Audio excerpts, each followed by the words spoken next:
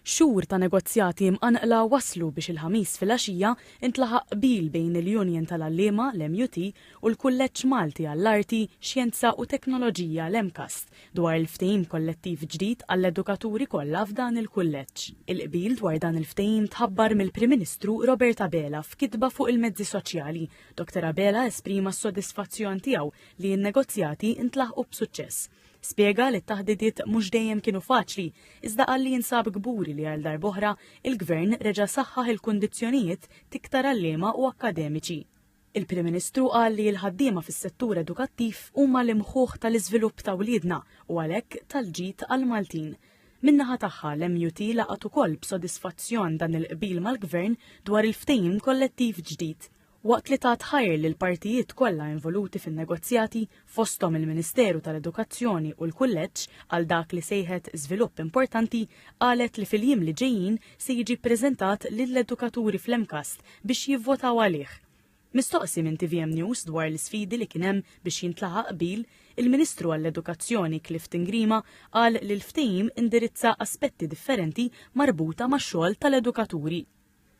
Irrid ngħid li dan il-ftehim ħares lejn diversi aspetti marbuta mal-professjonijiet varji li jaqgħu taħt il-kappa tal-istess ftehim kollettiv, aspetti finanzjarji fejn hemmhekk kellek titjib finanzjarju importanti ħafna u anka l-aspetti marbuta mar-rutina u natura u kundizzjonijiet tax-xogħol fejn wieħed irid jifhem illi fis-sistema edukattiva tagħna rridu jkunu kapaċi jkunu proattivi, rrid ikollna kundizzjonijiet tax-xogħol illi jirriflettu dawk li huma ir-realtajiet tal-lum il-ġurnata u anke dawk li huma l-aspettattivi.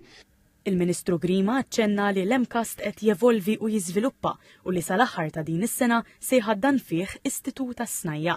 Għalhekk qal dan il-ftehim kollettiv iħares mhux biss lejn il-preżent imma wkoll il-quddiem. Il-President tal-MUT Marco Bonnici qal li l-qbil seħħ wara bosta diffikultajiet. Li wassal qbil finalment huwa li jkollok ftehim.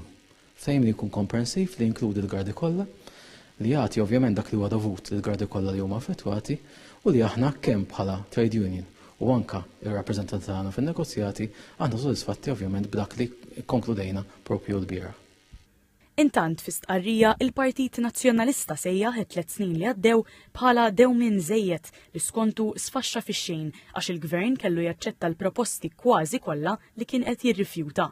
Iffirmata mix-Shadow Ministers Justin Schembri, Ivan Castillo u Bernice Bonello, l-istqarrija ssostni li l-Partit Nazzjonalista kien qed jagħmel pressjoni kostanti fuq il-Gvern u li issa l-istudenti, il-letturi u l-gradi kollha għadhom isofru l-konsegwenzi.